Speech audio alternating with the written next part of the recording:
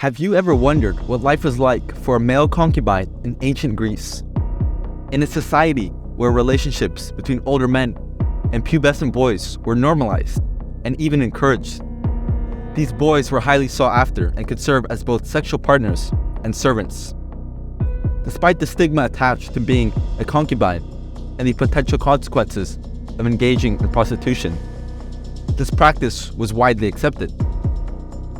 Stay tuned to learn more about the power dynamics and social implications surrounding the life of a male concubine in ancient Greece. In ancient Athens, enslaved people would find themselves lost and exhausted in the bustling marketplace, surrounded by unfamiliar languages and faces. As they stood before vendors, they would seek Greek and foreigners, some facing a fate similar to theirs, while others stood in privilege.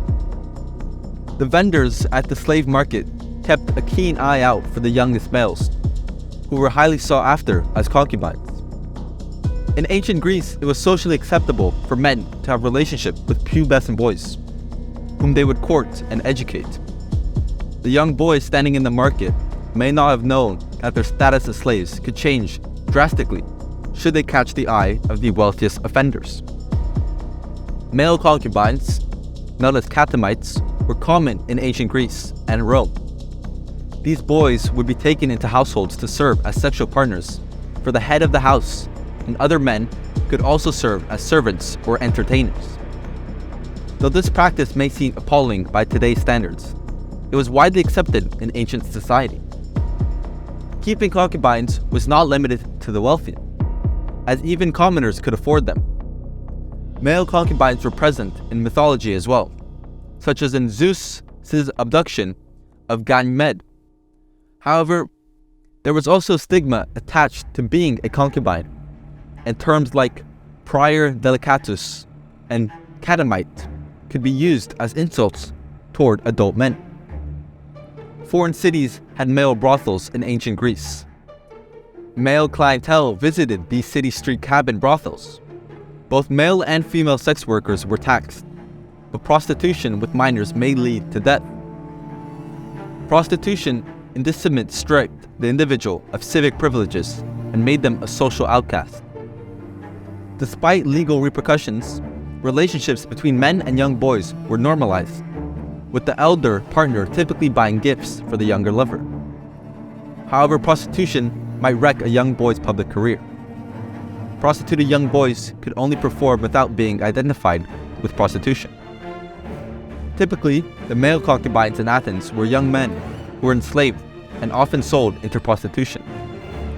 Once purchased, they could serve as sexual partners for both women and men, although they were primarily in service of men. Ancient Greek views on love and sexuality were based on power dynamics rather than gender.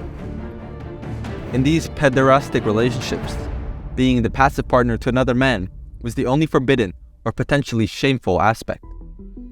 Despite this, there was a belief that pederastic unions could educate and initiate well-off men into society, and such relationships required the approval of the father of the household.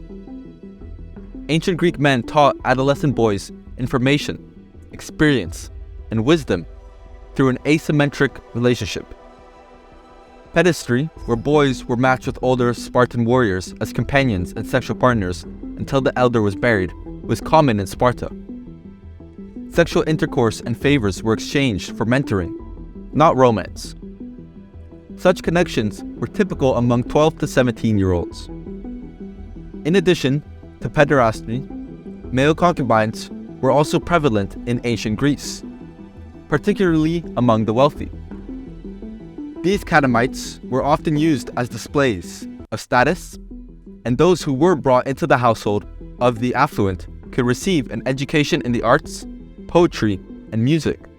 However, it was essential for them to protect their reputation, as failure to do so could lead to social ostracism and a life of prostitution.